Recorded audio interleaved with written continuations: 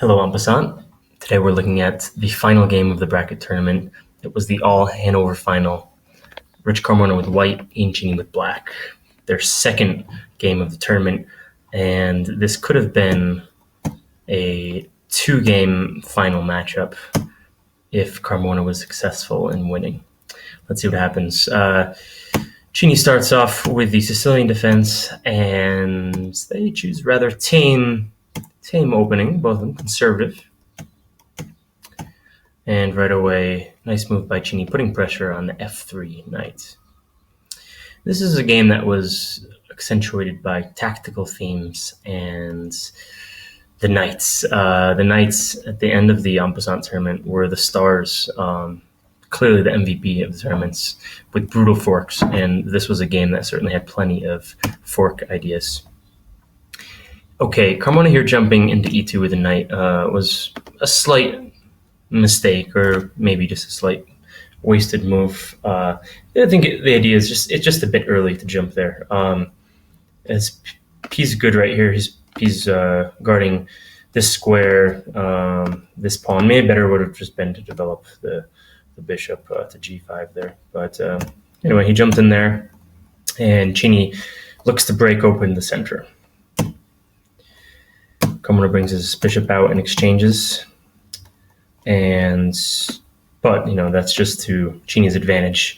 He gets a free move, almost popping his queen out and putting more pressure on the f3 knight. So sure enough, Rich has to bring his knight back to c3, and Cheney takes. Okay, so three attackers on the f3 knight now. It has to be dealt with. He had a couple of different ideas. I mean, he could have simply taken here, but instead he popped into the d5 square. Great square for the knight, great outpost. He can't be pushed up by any pawns, and he's attacking the queen. So the queen has to find a square, and the queen doesn't have too many squares because here the knight is threatening a deadly fork against the rook and the black king. The queen can come back here or here. Notice this square is deadly because it has a royal fork idea. Remember that square. And briefly, so Cheney chose just to bring his queen here. I just want to briefly look at the computer line because it's rather fun. A line that we certainly would not have found. And even if we did find it, I don't think Cheney would have gone for it. So here the computer says, yes, sack my queen. Takes the f3 knight. And after exchanging here, well, the idea is that black is going to pick up lots of white's minor pieces in compensation for the queen. Okay, the bishop is beautiful, forking the queen and the rook. Queen has to move out of the way. And before you go ahead and nab that rook, well, black still has to be careful about this fork idea. So calmly castles. Now you have two pieces on pre, and white castles, saving the rook. But there you go, black scoops up the third piece. And so the final tally is that black has three pieces for white's queen and an extra pawn. So for the computer, this is totally, go for it. Why not? You're up material. But in reality, it's something that us humans would not want to do. Anyway, as I said, Cheney moved to d6, a safe square, getting out of the way and protecting this deadly forking square. Let's see how things continue. Carmona gets back his pawn and defends his beautiful d5 knight there. And we see some developments, and this is a incredible blunder by Vice President Cheney. Somewhat surprising. Remember, we said this is a deadly square for the queen, and this is what could have happened. Fairly simple to see. Unfortunately, Carmona did not see it. There you go. Royal fork. King has one square to move to, and then you take the queen with check. The best way to take back for black is with the bishop, and there you go. White just won black's queen, and black only got a knight out of it. The computer has white as +6. White can simply casually move his queen to any square, and yeah, it's almost like resign time. That's an interesting question. Would the vice president have resigned here? We know he's a big resignation proponent when things are bleak. Would you have resigned, Cheney? But that's not what happened. Carmona didn't see it. Unfortunately, maybe he just wanted to keep on playing. He's like, I don't want to win so early. Let's keep this game going. So instead, after this blunder here, Carmona simply brought his queen up to d3 and missed the winning opportunity. So let's see what happens. Cheney gets his king out of danger as soon as possible. No more forking ideas. Carmona provides another piece for his beautiful knight to defend his knight. I like this by Cheney a lot. The idea is, okay, let's break stuff open. Let's start attacking on the king side. Open up this file for my rook. We know this has been kind of a tender piece right here. Very good, very aggressive, taking the initiative. And while Cheney got aggressive, meanwhile, Carmona got a bit tame. He's bringing his queen over here, and it's kind of like, hey, you have the barbarians at the gates here. You want to keep your main warrior in the battle, but instead, queen just kind of like lackadaisically going off and picking up pebbles for her rock collection. It's not what you want to do. Cheney defends, and there was the queen, just daydreaming over there, the wrong side of the board. Okay, another important moment. Cheney takes the knight on f3, and he does it with a very specific, tricky tactic. If you notice right here, the square for the black knight to jump into is a deadly fork. Again, man, those knights, they were brutal this game. So basically, Carmona cannot take with the bishop because he falls into that fork. And there's nothing you can do after that fork. That's what happened in the game. Carmona took, and boom, there you go. The game was pretty much over after that. Let's see what Carmona could have done. Here's what I saw. Not the best move, but it's a way to kind of stop the bleeding. You can simply take the bishop here. And the idea is that you will stay even on material because, well, let's say if Cheney takes back with the queen, that leaves the knight undefended. Okay, so black will be up a pawn in this situation. Something like that could happen. Or instead of taking with the queen, black could have taken back with a knight. And then in that case, you can simply take the bishop here. So fairly even on material. Again, black is up a pawn here. But it's better than what happened in the game. Now, that was what I saw. But there is a much better move.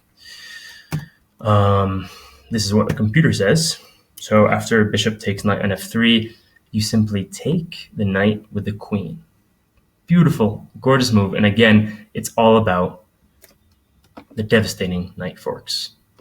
The idea is you can't take back with the queen because then you fall into a royal fork. And white is simply winning material. And doing great here. So after queen takes knight there, black has to do something like that. And things are pretty much even. You can continue with weird computer line or more normal human lines. But that was the move. Queen takes there. Incredible. Tough to see. Very tactical. Comes down to seeing a couple moves ahead and seeing this rook fork. And actually after, I'm going to just talk a little bit about how we can improve on seeing these themes with rook forks and stuff. So back to the game. Here, Carmona took back with the bishop, fell into the fork, and he tries to make complications, but unfortunately, there's he can continue to put threats to black, but no matter what, he can't stop this fork. The fork will always exist. So he threatens the queen. Rook simply takes the pawn, and then he takes the bishop, check, no problem. Queen takes, another check, but no problem. Rook takes. So black is simply up a piece. Yep, up one piece. And not only is black up a piece here, but I mean positionally, look at these. These rooks have beautiful files. This queen is going to sweep in here. Meanwhile, the white queen is still just kind of in the fields picking daisies by herself. So this is pretty much lost for black. I'll just finish it off a little bit. Sorry, I said this is lost for white. This is lost for Carmona. Yeah, Cheney just continues to win material, and it's all over. Here, black forces the queen trade, and after the queen trade, well, black is up a rook, a knight and a rook, and some pawns, and that's over. Carmona resigned here. I'd say it was unfortunate for Carmona, considering he had the win earlier on with that knight fork. So tough game for the Surgeon General, and congratulations to the Vice President Cheney for the win of the bracket tournament. And that's it. It's all over. I just really quickly want to go over just a couple of ideas about how we can recognize patterns with knight forks. I also have difficulty with this clearly, since the last game I was beaten by Carmona with a deadly knight fork. So just some basic principles. I mean, we know that the knight only attacks, first of all, opposite color to the one he's sitting on. So right now the knight is on a light square, only attacks dark squares. That's one important theme. And so you know that if a knight is on a light square and your pieces are on light squares, well, your pieces are not being attacked, but they could be attacked the very next move. And forks only happen in this situation. Well, forks can happen here when pieces are on the same colored squares side by side there. Here, when they're on the same colored square diagonal to each other. Also here, when they're on the same colored squares with, 4 apart there. And also the farthest apart is when they're like this. So all of these, I mean, there are 4 positions in which you could get forked. Right here, right here, right here, and right here. Interestingly enough, you never get forked if you're like that, diagonal with 1 in between. And yeah, well, you can also get forked here. So that's actually 1, 2, 3, 4, 5 different positions in which you can get forked. So you can see how deadly it can be. So anytime a knight is encroaching in your king's area, you should always be looking out for tactics with forks at the end of a sequence of trades and stuff like that. Another interesting thing about knights. So say, for example, our knight is here, and we realize that, well, there's 1 square in which my queen and knight can be forked. So another thing to always be aware of, well, how long will it take for the knight to get here? And in fact, it's always the same. So a knight to move to the square adjacent to it, either in vertical or horizontal way, it always takes 2 moves. So to get here, it has to go here. And then, it takes 3 moves to get to that square. So it has to hop here, here, has